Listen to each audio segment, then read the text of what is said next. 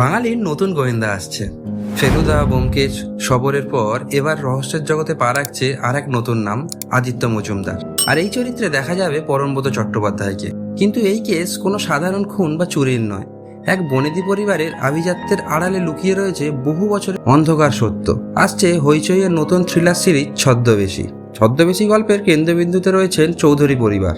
একসময় বিখ্যাত অভিনেত্রী মন্দাকিনী চৌধুরীর জীবনে একের পর এক অদ্ভুত ঘটনা ঘটতে শুরু করে। প্রথমে এগুলো দুর্ঘটনা মনে হলেও ধীরে ধীরে সন্দেহ তৈরি হয়, এর পিছনে হয়তো রয়েছে কোনো বড় ষড়যন্ত্র। তখনই এই রহস্যের সমাধানের দায়িত্ব আসে প্রাইভেট ডিটেকটিভ আদিত্য মজুমদারের কাঁধে। তবে আদিত্য অন্য সব নিখুঁত গোয়েন্দাদের মতন নয়। তার ভুল আছে, দুর্বলতা আছে, ব্যক্তিগত জীবনের লড়াই আছে, আর এই মানবিক দিকটাই চরিত্রটাকে আলাদা করে তুলেছে। তদন্ত যত এগোতে থাকে ততই আদিত্য বুঝতে পারে চৌধুরী পরিবারের প্রতিটি সদস্য যেন কোনো না কোনো মুখোশ পরে রয়েছে। এখানে কেউ পুরোপুরি নির্দোষ নয়, আবার কাউকেই পুরোপুরি অপরাধী বলা যায় না।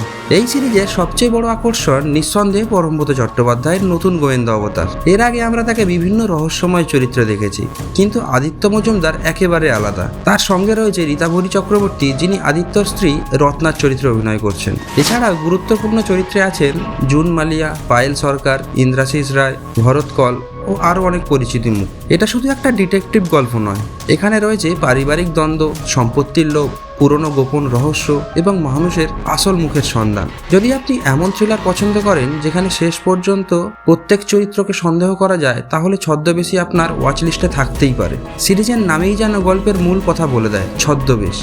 কারণ এখানে প্রত্যেক মানুষই কোনো না কোনো সত্য লুকিয়ে রেখেছে।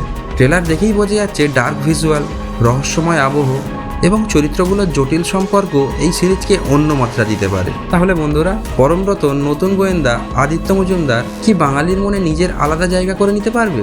চৌধুরী পরিবারের রহস্যের পিছনে আসল সত্য কি, সেই উত্তর জানতে অপেক্ষা করতে হবে হইচইয়ের ছদ্মবেশীর জন্য। ভিডিওটা ভালো লাগলে লাইক করুন, চ্যানেল শ্যাডোফ্লিক্স বাংলাকে সাবস্ক্রাইব করুন, আর কমেন্ট করে জানান আপনাদের প্রিয় বাঙালি গোয়েন্দাকে।